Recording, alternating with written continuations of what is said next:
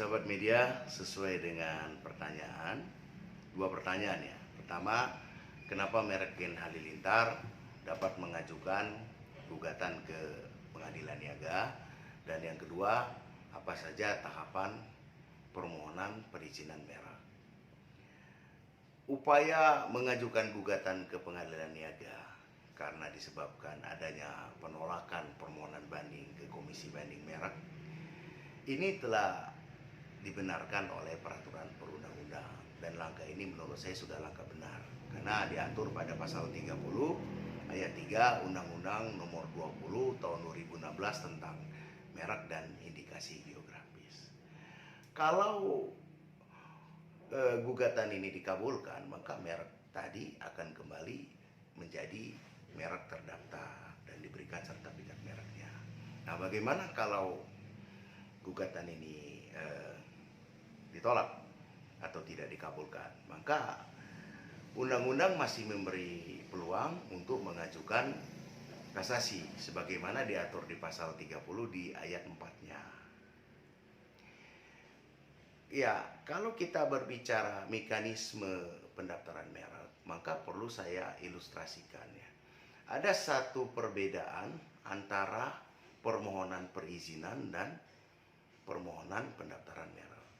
Kalau perizinan itu kan biasanya asal persyaratannya dilengkapi, maka izin itu akan diberikan. Sementara permohonan pendaftaran merek ini bukan meminta izin, tetapi meminta hak. Hak tersebut adalah hak eksklusif yang diberikan oleh negara, sebagaimana diatur pada pasal 1 Undang-Undang Nomor 20 Tahun 2016 tentang merek dan indikasi geografis.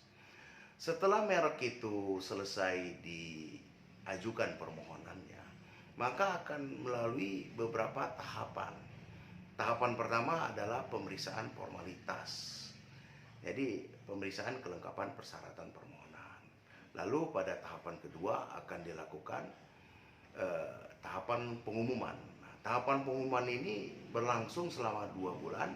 Sifatnya adalah hak publik. Artinya selama masa pengumuman, siapapun dapat mengajukan keberatan, tentu dengan memberikan alasan dan bukti hukum yang kuat. Nah, setelah selesai masa pengumuman, maka akan masuk pada tahapan pemeriksaan substantif. Tahapan ini akan melihat apakah merek tersebut dapat dikabulkan atau ditolak atau masuk merek yang tidak bisa didaftarkan dengan berpedoman pada pasal 20 dan pasal 21. Kalau kita melihat ketentuan undang-undang, banyak faktor penyebab merek itu ditolak pendaftarannya atau tidak dapat didaftarkan. Misalnya bertentangan dengan moralitas, bertentangan dengan agama, menggunakan simbol negara, atau mengganggu ketertiban umum dan lain sebagainya. Paling banyak merek itu mendapat usulan penolakan atau ditolak karena memiliki persamaan pada pokok atau persamaan pada keseluruhan dengan merek yang lebih dulu didaftarkan. Nah, biasanya kalau ditemukan hal seperti ini, maka pemohon atau kuasanya akan mendapat surat usulan penolakan. Nah, usulan penolakan ini diberikan satu kesempatan bagi pemohon untuk mengajukan tanggapan keberatan atas penolakan tadi atau hearing. Nah, apabila hearing kita masih tetap ditolak, maka pemohon atau kuasanya dapat mengajukan ke Komisi Banding Merek. Kalau hasil dari Komisi Banding Merek mengabulkan hearing kita, mengabulkan banding kita, maka merek tadi kembali diproses untuk didaftarkan. Tapi sebaliknya, apabila Komisi Banding Merek tadi menolak permohonan kita, nah disinilah upaya mengajukan gugatan atas penolakan tadi ke ke pengadilan niaga seperti yang sedang ramai saat ini. Sebenarnya sederhananya begini ya.